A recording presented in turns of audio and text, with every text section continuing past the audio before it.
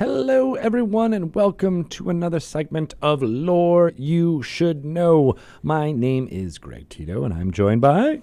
Adam Lee. Hi, Adam Lee. Hello, Greg Tito. I like that your name is an adverb. It is. It's like Johnny Dangerously. Yeah. Yeah, my dad always used to say you couldn't have been named Ugg. No. And I'd have been ugly. Ugly. What are you looking at?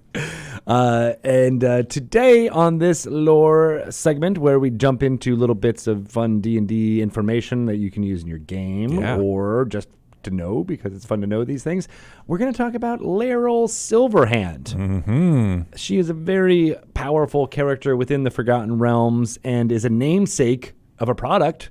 Yes. That's pretty cool. Super cool product. Recently announced Larael Silverhand's Explorer's Kit, which is a set of dice with a whole bunch of fun information about Forgotten Realms characters and locations. Right? A lot of Sword Coast personalities that you've grown to know and love. And also, locations as well. Like, Icewind Dale and Waterdeep. And I think Baldur's Gate's in there. We know about all Baldur's Gate. That's some nasty dealings going down there. So lots of cool stuff. Really cool images. A lot of art done by our illustrious Sean Wood. Sweet. In that set. Yeah. And so you can see some new stuff that he's been working on. And you can show it to your players when you're playing and say, this is who you're meeting in this tavern. I that's one of the best things I like about having those small form factor because they're only about 4 inches by 4 inches. Yeah. And then you can be like, but here's who you're talking to, and you don't necessarily give it. Like, it's not like you're opening a book and you're spreading out their stat blockers. Yeah, you're trying to hold the pages and hide the stuff that they're not supposed to see. Yeah, you can just be like, here they are, and you can even hand it around, to a certain extent. So that's awesome, and of course the dice look beautiful within it. Yeah. But it was named after Larael Silverhand because of her awesomeness and prominence, and we wanted to kind of elevate her as a character because of all the cool things that she's been doing. Yeah, Larael Silverhand, she's a super powerful, very old, she goes way back to the 700 DR era when she was born. And we're at like 1492 DR, so it's almost more than 700 years old. Yeah, she's more than 700 years old. She was born, she's one of the seven sisters. So the seven sisters are these chosen of Mystra. So Mystra is a goddess of magic, and at some point Mystra understood that there was going to be, the time of troubles, and she knew that gods were going to retreat from the world. And so Mystra was like, okay, there's a lot of evil in this world, and the world needs to be defended against said evil. So what she decided to do was to put some of her magic into mortal people, and so that they might be able to defend themselves when the gods sort of left the world. Mm-hmm. And so she created what were called the Chosen of Mystra. And these are people like Elminster, big guns. And so big staffs. Yeah, big staffs. Yeah, they're out there.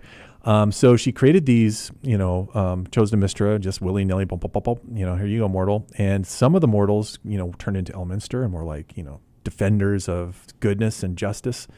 Others became warped by the magic. The magic was too powerful for the mortal body. And so they turned to evil. And in fact, one of them was the person who started the Cult of the Dragon. I see. An evil wizard, and became twisted by this. And by the fact that Mystra chose them. So just magic by its own nature, when it hits the mind, there can be delusions of power, and they just become, I've got so much wizardry might that I'm going to rule the world. And then others actually just vaporized them. They got to a point where their power just became so great they kind of Dr. Manhattaned and just didn't they just blew to bits, or they melted into a pile of mush, or they disappeared into a red mist, or just went and gone into another dimension, never to be found again. So all that happened, and so Mystra was like, well, I've got to figure out another way to do this that's a little bit more, that has a little bit more sort of guarantee to it. So what Mystra does is she finds this noble, stalwart, hardy man called, I think his name, let's see, let me check my little thing. Oh, Dornell. So Dornell Silverhand. And so Dornell is this, she feels he's worthy. And so then what she does is through Dornell's sort of paramour, this woman named Elue Shundar. She embodies and kind of melds together with Elue, and then they, Dornell and Elue get together, and they have, when a guy and a girl like each other a lot. Even in D&D. Even in D&D, this happens. They can make a child. They can make child. In this case, they made 7. Oh. Bam. Wow. And each one was one of the 7 sisters. Oh. So, and of course, one of those is Larael Silverhand. So Larael is, a chosen of Mystra. She has this magic within her, and she also has 7 powerful sisters that she... or 6 powerful sisters. Or 6 powerful sisters, yes. She's one of 7. She's one of 7. And so they all kind of grow up and go off and do amazing things on Faerun. Some of the sisters become, world famous, and they're members of the Harpers. They lead the Harpers, and other sisters kind of go into an area and they defend it against all evil. Some build cities. Others, become sort of go off into mystery, and and others get killed. Others die sacrificing themselves for a place. And so all the sisters do this amazing stuff because they're super powerful. Well, Larael goes off, and she starts off as an adventurer. So she's a wizard, but she's also a ranger. She's super adept at a sword. She can handle herself. She can shoot bows and arrows. She can tavern. She'll drink with her buddies like that. She's just this awesome adventurer, super powerful and tough. She gets well known throughout the Sword Coast, especially, and travels, far to the east and south, and is a part of different adventuring parties. But one of the main ones she's known for is this adventuring party called the Nine. The Nine. They're just 9 super tough, badass, cool, awesome people. But in one of these adventures with the 9, she's tricked, and an evil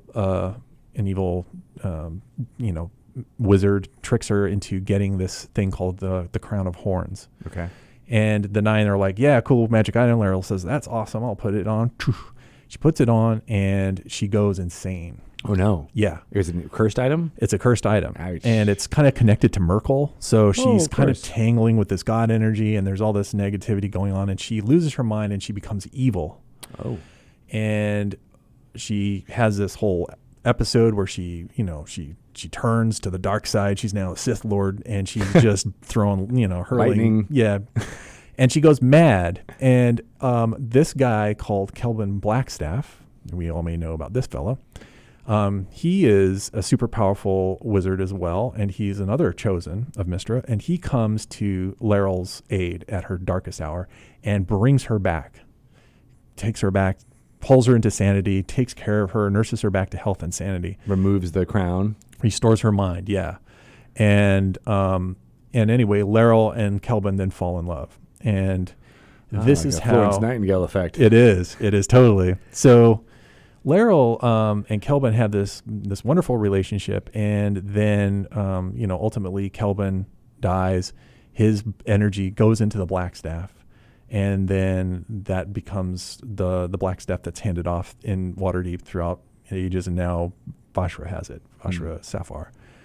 So, but part of Kelvin's soul is still in the Blackstaff, and Larael would always talk to it. But now this new uppity, she's like plucky, and she has lots of innate ability to wield magic.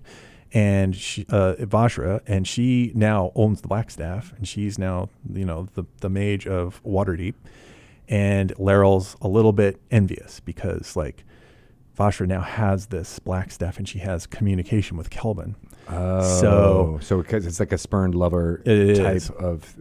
So why did Kelvin Aronson leave again? Why was? How did he die? I forget exactly. So he actually is perished. He's not. Yeah, he's perished. I think he died defending. There was some. Yeah, I forget that part. But yeah, he died, and his body blew into the tower. His spirit now possesses parts of the tower, but a lot of it came into the Blackstaff. The staff itself. So yeah. So and then was he training Vashra?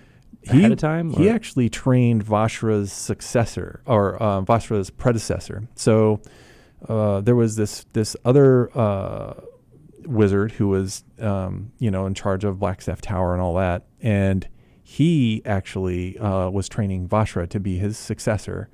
And that guy, Vashra also was lovers with this dude. Oh. And he wound up getting killed as well at the same time. So then all of a sudden it passed to Vashra. It passed to Vashra. And she was getting trained for it, but she wasn't quite there yet. Got it. And so then all of a sudden, all this responsibilities on her shoulders, because Vashra now, being the Blackstaff, she is in charge of defending Waterdeep if things go really wrong. Yeah. So she has the power to animate the walking statues. Like if Vashra says, we got to animate the walking statue, they'll actually get up and respond to her commands. Vashra also is in charge of Force Grey. So Force Grey are these, crazy powerful adventurers that are they're in the city or they're scattered about. But if she sends out the Force Grey signal, then they respond. They come, instantly, and they're just like, what is your bidding, my queen? And right. Then they go and do it. So Larael and Vashra now have this contentious relationship within the city of Waterdeep because Vashra has a lot of power, but Larael became the Open Lord. How did that happen? So that happened when, Waterdeep used to be under the control of Dagult Neverember, and he was basically corrupt and super corrupt and was running Waterdeep into the ground, and there was just a lot of shitty stuff going on, and all the Open Lords decided, hey, we want to vote in a new person, and then there was this sort of unanimous vote, and Larael was the one they chose because Larael has been involved in Waterdeep for ages. She's been around. She has connections all through Waterdeep. She knows a lot of the nobles. She knows a lot of the adventurers that go there. She's also connected through the Harpers, because she's a Harper, and also through the Lord's Alliance. So she knows the big power players in all of the cities along the Sword Coast. Right.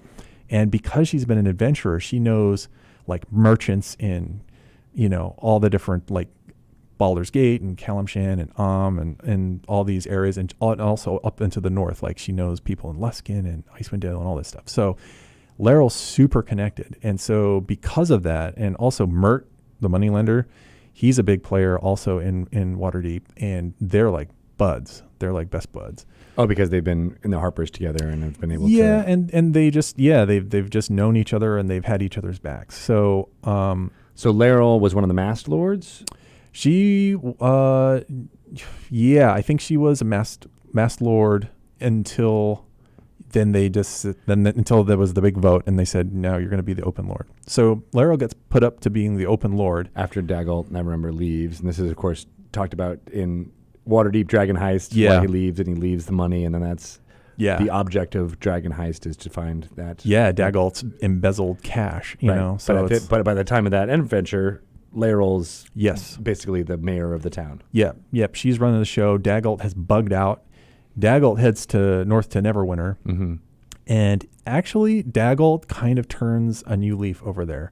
Neverwinter is actually one of the cards in the dice set we were talking about earlier. Yeah. So Dagult goes to Neverwinter, and he's basically shamed, but he's got big ideas and big plans still because, he's sort of like this, hard, tough leader guy. And I feel like, it's kind of now currently in the story where we are now.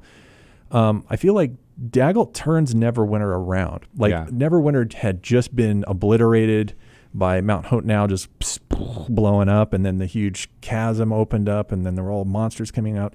Dagult pretty much pieces Neverwinter back together. He shores up the city. He defends it from monsters. He seals up the chasm, restores everything to order, and Neverwinter people are just like, you are awesome. We love you. Keep doing what you're doing. And I think Dagult at this point is kind of like, hey, it's kind of cool being a good guy.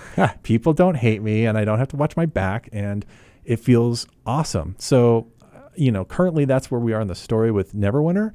And I feel like going forward, that's kind of where maybe Dagult's heading. We don't know. He's definitely had a very big history of being a sort of seedy, shady kind of dude. Right. From a noble house. From a noble house. Yeah. But his son's pretty cool. At least in Waterdeep Dragon Heist. Yeah. Renaer's is a solid, good guy. So, and a Harper as well, right? Yes, I believe so. Yeah. So that's really, kind of cool. Now, since Larael has been open lord, what's been the political landscape in Waterdeep, and how is she at the center of it? So she is, working out her issues with Vajra, both being very powerful, both being wizards and mages. Larael definitely has the edge because Vajra is very young relatively to Larael, and Larael is, centuries old. So I think they've worked that out. And, I believe now I would say post Dragon Heist that they both understand each other. They both respect each other as mages. And I think there's a lot Larael or Vajra can learn from Larael, but I also think there's probably something that Larael is learning from Vajra as well. But overall, people in Waterdeep like and appreciate Larael Silverhand, since she kind of took over from their, kind of villainous previous leader, which was Daggold. Yeah. Larael is, loved in the city. Yeah, totally. She is a solid person. I mean, she's, described throughout all the books as being, sort of like, Kelvin, Blackstaff, when they were both together, Kelvin was always described as being, sort of bombastic and, like hard ass. And Larael was always like the softer, more diplomatic, level-headed, gentle side. And I think she's carried that through with her rulership. I mean, Larael's like one of those people that the first impression is very soft and loving. And then she could be extremely, like see through and cut through stuff because she's centuries old. So people who are trying to play some kind of game with her, she's seen it all. Yeah. So she has that political sort of power to be in a room with a bunch of, these very smart, maybe some of them could be conniving individuals, and just see them like children, she's just got that power. So when you're in a room with Larael, you sense her on all those levels. You sense that there is this incredibly wise, powerful person looking at you. And then you can also feel like this benevolence of her as well. And so I think because of that, like she makes time for just regular everyday people. She trains like new mages who come to her with, she has time to give to them. Yeah, I think Waterdeep really loves Larael, and I think Waterdeep's in a great place because it is this experiment for the Sword Coast. Most, if you look at all the cities, there isn't really one that's like Waterdeep, in the sense that Waterdeep is very welcoming. It's super diverse, very cosmopolitan. All peoples from all over exist there in harmony. And as well as having a love of adventurers. Yeah. Right? Yeah. Because, I mean, they've saved the city a lot in the past. Yeah. But then also Larael being an adventurer herself and having that background of doing great deeds and saving lots of cultures, right? That trickles down to the rest of the city, right? Yeah, and also that the city is sitting on Undermountain, one of the biggest, or if not the biggest dungeon in Faerun. So, and both Durnan, who runs the Yawning Portal, and Mert are both, they were young, toughs way back in the day. Like Mert was a mercenary, Durnan was a mercenary. They both met being mercenaries. And when they hung out and they became buds, and then they both decided, well, let's go settle in Waterdeep. And then they had a sojourn, went into Undermountain. And this was during the time when actually Mert became a lord of Waterdeep. And so they both went down into Undermountain, came back fabulously wealthy. And everybody was like, how did they do that? They should, what did you find? They should be dead. Yeah, you should be dead. But they didn't tell what happened down there. They just got a bunch of loot. Mert buys a mansion. Durnan buys the Yawning Portal. And Durnan is now the one who, put the, there's the big hole that goes into Undermountain. He charges you a gold to go down. And he charges you a gold to get back up. And, he's like, try your luck, go for it. And so, it does have this, Waterdeep does have this massive history of being a home for adventurers and in itself is an adventure. Of course, there's also Skullport, so there's another place where you can go, and that's built on an old Netherese ruin. So yeah, I love all that, and a lot of these are in cards that are in the Larael Silverhand's Explorer's Kit. Yeah. I think you described this pretty well, but if you could just succinctly say, like, if you were to be introducing Larael as an NPC, how would you play her? I think I would probably roughly model her on Galadriel at Lord of the Rings. Like you can see her as this very poised. Because she is half elven, right? Yeah. So her mother was a half elf, so I guess she's a quarter elf. But she's a part elven. Yeah, she's got that lineage in her. She's she's old enough and has enough magic of Mystra in her to know and to kind of be able to connect. She's also telepathically contacted with her sisters. One of her sisters, is in spirit form. In fact, I think there's two of them. One is in spirit form that moves around Saloon, and then there's Kilue, I think is how you pronounce it. I love Kilue in my coffee. Yeah. Oh, so good. Kilue and cream. But also very good in spirit form as well. Yeah, no, Kilue she's now just in the weave. Yeah, she's not even part a spirit. Of the magic. Yeah, but Saloon actually is she moves as a spirit, and she's called the Spirit Harper. But yeah, so Larael has this sort of connection to elven magic, like the old Mithranor elves and all that, and she's also connected to her sisters through the weave and and I'd imagine she's connected to the Chosen of Mystra. She can probably just like kind of go, Elminster, what's up? And he'll be like, hey. Speak to me. Yeah. So that's kind of cool. All right, so she's got this kind of otherworldly, but also very pragmatic in the running of the city. Yeah, she's less sort of aloof than Galadriel. I think you can start with that if you're a DM and you want to run Larael, the way I would run her.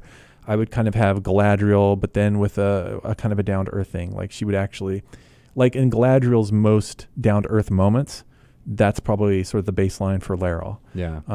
Those were always my favorite moments for her, because she does feel otherworldly, but then, when it is a soft joke or something like that, you're like, oh, right, though there is...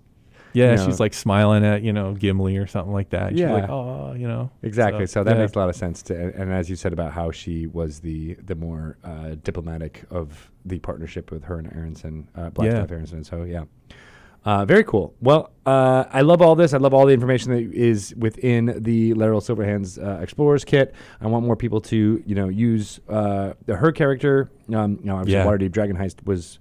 a prime time to use that, but I think there's ways to, as you said, because she can have her influence in all types of storytelling because she's a chosen of Mystra.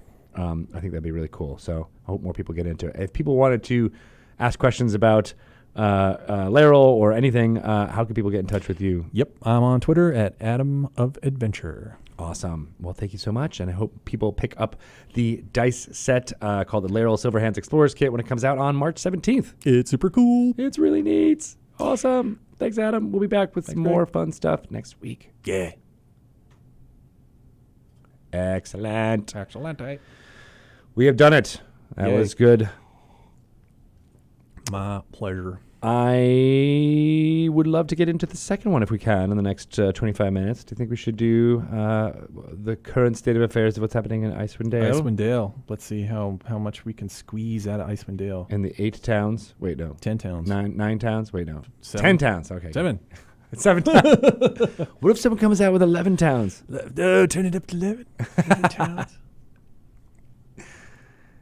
Hello and welcome to another Lore You Should Know segment. My name is Greg Tito, and today I'm joined by Adam Lee. Hello, Adam. Hello, Greg. It is good to see you again. Good to see you, sir.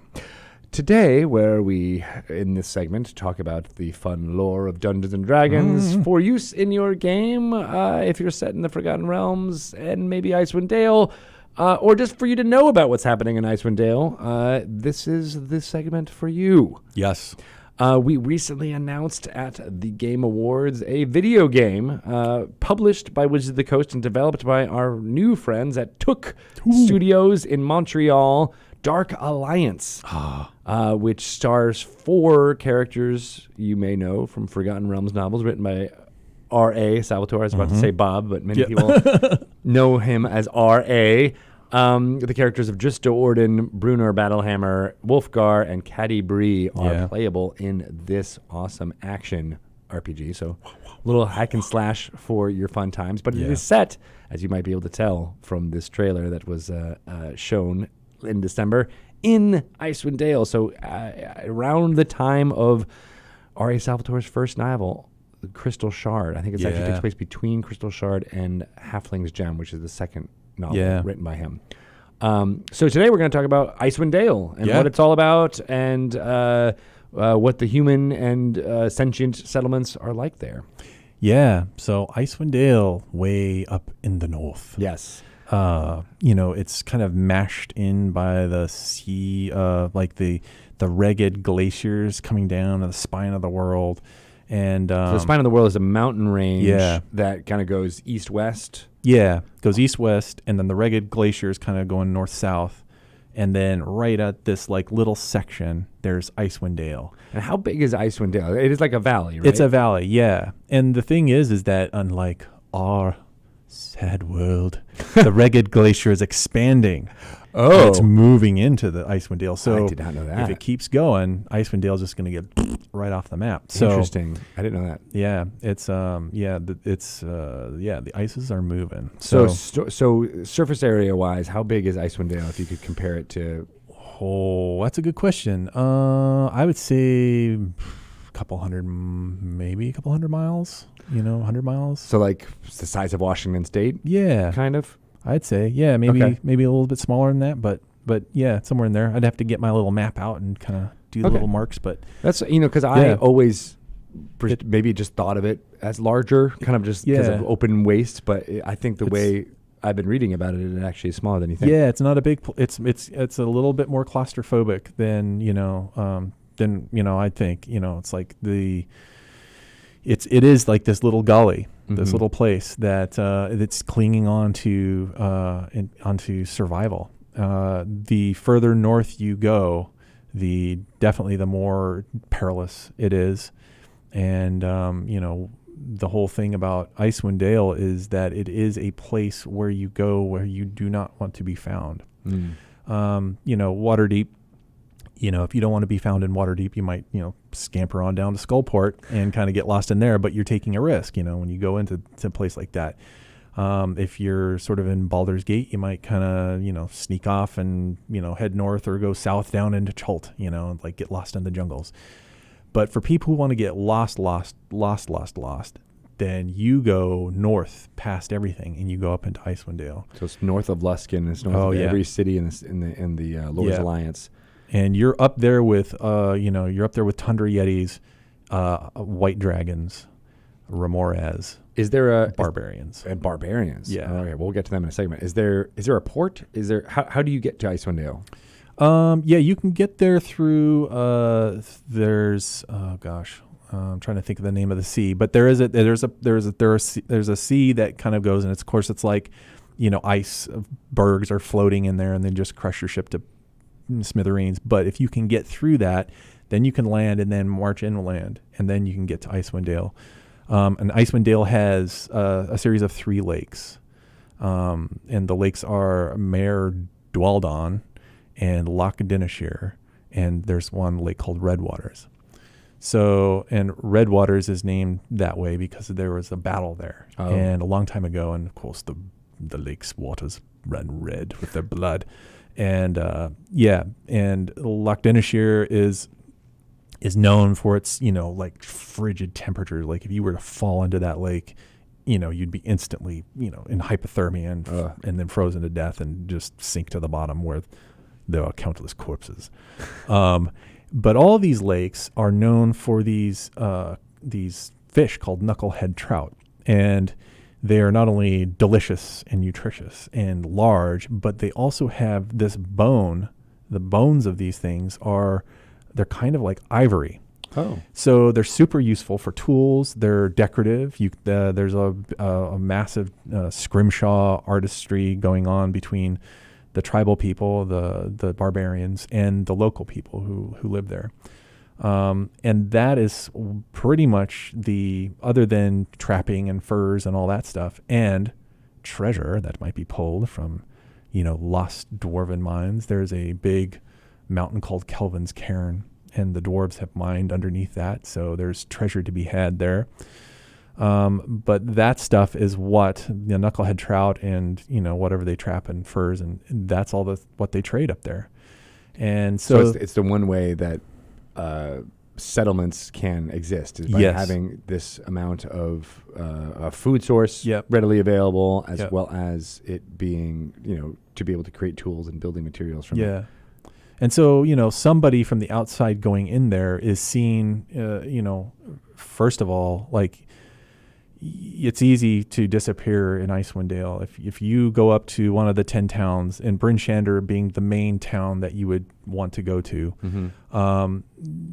you have to sort of mind your P's and Q's when you go there, because they'll take you out pretty fast. Take you out, meaning like kill you? Yeah, like kill you. Like the people who live in Bryn Shander will kill you because you're an outsider? Well, if you cause trouble. Because resources are very scarce, and because the towns are so small, it's like they cannot tolerate somebody who is, evil or has, wants to cause trouble. So you'll get warned, but then it's just taken out into the ice and adios. So they're tough people. Yeah. But because some of them are these people who want to be lost, maybe they've done something wrong, maybe they were wrongly accused, maybe they're on the run from, an evil, group of villains who are trying to pursue them. There are all kinds of people hiding out in the different, the 10 towns.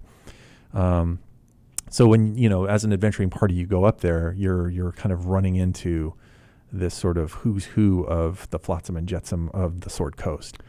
Yeah. So because they can't, it's sometimes criminals or anybody that has been wanted in any of those towns. They go up to Icewind Dale to try to disappear and not, be found ever again. Like if you took Mos Eisley and you put it in Antarctica, that's kind of what you're running into. There's like, there are some, shady ne'er-do-wells and bounty hunters, and but then there's also sort of in people who have lived there for generations. Yeah. So and those people will take you around and show you around once they know that you're cool and that you're not there to cause any kinds of disturbances. And then most of the people there are just fisher folk. They go out and they fish for these knucklehead trout, and and a lot of them are hunters, and some of them are barbarians that have actually learned how to, trade with the 10 towns. And so you kind of have this mixture of cultures. So there is a vibrant community that's going on in a mixture of people. Everybody there is hardy because there's, there are orcs in the area, and there are, monsters. There's, really terrifying monsters, and occasionally a white dragon will kind of fly through. And but these people, if anybody can handle that kind of a danger, it's the people of Icewind Dale. Are there adventurers that have kind of, taken up residence there? Yeah, I mean the classic ones are the Dritz and companions. They went through there, and they had many adventures. Well, they actually became companions there. They really did. That's where they all first met. And that's, the Crystal Shard. So Dritz was had a few adventures. I mean, I'm thinking of the Sojourn and Homeland novels, but it's basically the preludes of how they ended up in Icewind Dale. But it was similar to what you're describing of having some negative experiences in the Sword Coast and going up to somewhere where people were more willing to take your worth based on what you do, not necessarily what you look like. Yeah. And I think, because of the survival factor, I mean, it's funny, Richard Witters, because he's from Canada. I mean, one of the things he always talks about is like, up in Canada, you kind of throw away all the, like, how we're different and all that. He's like, because when it gets cold, you're very aware that, like, you know, if anybody's power goes out, you know, or if everybody's power goes out, you've all got to, you know, lump together. Community and is very much more important when you have that risk of freezing to death. Yeah. If you don't. Yes. Or food, you know, like we'll all starve to death. Like, so there is this sense that if you prove yourself, you know, it's like your character and who you are and what your actions are and your deeds are, that is going to be what people look at up here. So these people in Icewind Dale, with the few exceptions, of course, but mostly the people are going to see you for who you are and how you act. And if you are upstanding and if you're honorable and you pull your weight, you are going to be one of the gang. So you're kind of in with the community. And I think on that level, it's, you know, you'll have no end of sort of help if you're an adventuring party and you go there and you bring, you know, food with you, or you bring things of like that kind of value, of practical value, then and you know, you're generous with it, then I think the people there will warm up to you pretty quick. And speaking of the peoples there, so there's humans, dwarves, because you mentioned the dwarven mines. Is there like a clan of dwarves up there? Clan Battlehammer has been known to been mining around Kelvin's Cairn. As far as like whether if they're still there now, maybe I'll have to figure that out and see where they've kind of moved to, because I know the clan has moved around, but they could still be there mining in Kelvin's Cairn, or at least, you know, descendants of some might still be there. Yeah, in that area. Are there elves there? Is there any elven communities, or are they mixed within the 10 towns? Yeah, not that I know of. There might be individuals. But I don't think that's like a real elven stronghold. So, what about halflings and gnomes and things like that? No. For the most part, it's just like the sort of the thicker, hardier races. And so you mentioned orcs, and then the barbarian tribes that are around, that follow the elk and the reindeer, and they, you know, some if not most of them are, you know, raiders, and so that's kind of part of the game that's played. I feel like that they're not sort of like slaughter everybody and, you know, and destroy, but there have been those in the past where I think there was a barbarian leader called Heafstag that tried to take over some of the towns of the 10 towns, and try to take over the whole thing. Yeah. And I think he succeeded maybe in taking one or two, but that was it. And then he got booted out by Brunor and crew. So the way the political setup is that there's literally 10 towns. It's called the area of 10 towns, but there are 10 different settlements, Bryn Shander being kind of the capital, but there's no actual agreement between the 10 towns as to who runs who. They all independently They're operate. all independent. They all do their own thing. They all have their own mayors and they all have their own sort of like either chief or mayor leader, and that their main deal is they're just making sure that not one of them hogs all the fishing and, you know, the trapping and all that. So they kind of work it out. And I think from time to time, there'll be a leader that'll get a little too greedy, and then the other ones will come smack them down. So there's like checks and balances, but I think for the most part, everybody up there understands that they live in a limited resource area, and that if they all share and get along, then it'll work out. So, and the barbarians don't necessarily fall into that at all, and they'll just do whatever they want, and that's where they sometimes raid villages that might have what they need to survive, and so they will just come and take it, and then move on to hopefully follow the elk and survive the winter. Yeah, so I think like barbarians in times of plenty, they'll trade with 10 towns, and everybody gets along. And in times of scarcity, barbarians will be like, all right, we're coming in. Yeah. We're going to take some shit. So. You just got that fish. Let's go grab it. Yep. We're going to snag it. Yeah. So people in the 10 towns are wary of barbarians. You know, I think some, you know, will have their own story about like, oh, beware, don't go out on the ice floe at night because the barbarians will come get you. But I think some of them understand barbarians are the way they are just because of the nature of, you know, where the herds are and how things are going with them. Makes sense. But there are monsters out there. So there's all kinds of monsters. The worst of which being remores. Oh, big old crazy things. So yeah. Why are they terrifying? Well, because they're burrowers. So you're just walking along the ice, doop, everything's cool, and then whammo, you know, they just come snag you. So But then, a Yeti could come trundling out of there, and if you're in a blizzard, you just wouldn't see it. You mentioned ice dragons, of course. That's where they like being in the cold. They do it. They love it. And you're just easy pickings out there on the ice flows. So, travel in between 10 towns, if you're going from one town to the other, there are roads and pathways that are well established. But anywhere outside of that, you are in, no man's land. Yeah, you're in big trouble. So you have to really know what you're doing and know where you're going. And make those like nature survival checks. Yeah. To avoid Mores and getting lost. Orc raiding parties and barbarian raiding parties and big doofy brutish white dragons who might just fly up and plop down on you and freeze you to death before crunching you. Yeah.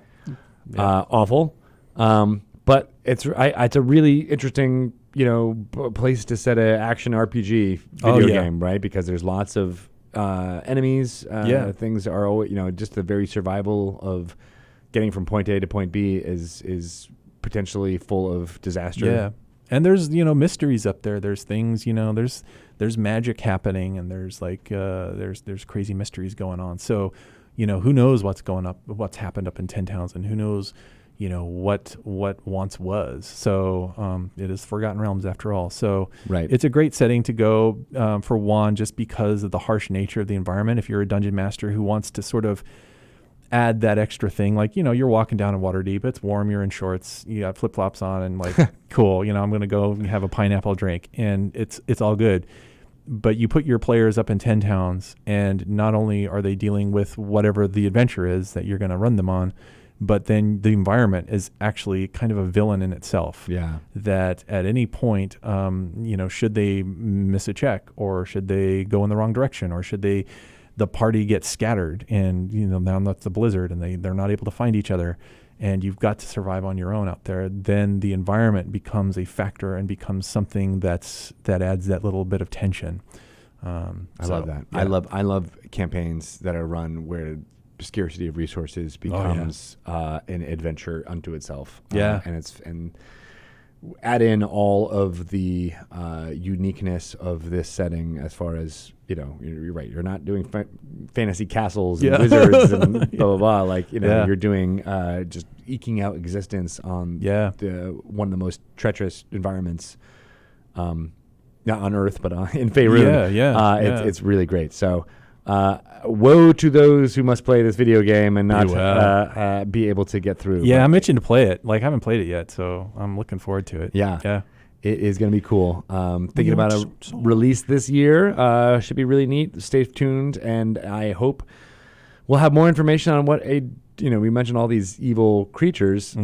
If there were somehow an agreement or a alliance amongst all of them, well, that would be pretty dark. It would be. We'd be the blackest darkness. Woe to you being a dark alliance. Very exciting. If people want to ask you more stuff about what's going on in Icewind Dale, how can they get in touch with you? I am at Adam of Adventure. ADAMOFADA. Blah, blah, blah, blah. That's one of my favorite handles, because you're not just an Adam. You're an Adam of adventure. Yes. And I think that's true. That's what my job is. Awesome. Well, thank you so much for talking. I always like getting into the lore with you. So. It's fun. Yeah. Well, dead of them all, sir. Yes, exactly. Thank you, guys. We'll be back with some more fun stuff coming up. Bye. Bye. All right. We recorded it. We did it. It's in the can. First Dragon Talk recording of 2020 is done. I appreciate all of you who stuck around and are listening to all of it. Big thanks to Adam, of course, for being a part of this. Thank you to Ryan Marth on the keyboards. Super Ryan. Pelham Green on drums and the mouth harp. Is that the concertina? The concertina, making all the videos happen. Shelley Moo, of course, being amazing as co-host, and Wolfgang Bauer for coming in and being fun. Wolfgang Bauer, yeah, love that guy. Not a bad dude. And of course, Lisa Carr helping produce and get everything ready for these interviews. Lisa, we love you. Good stuff. Awesome. We'll be back next week with some fun Dragon Talk. But in the meantime, stay tuned to twitch.tv/DND for amazing adventure all weekend long. Starting with Binwin Plays at 3 p.m. right after this. Going through some fun Idle Champions things with Eye of the Beholder things with some fun times. So check it out. All right. Check it. You guys are amazing. We'll see you later. Bye.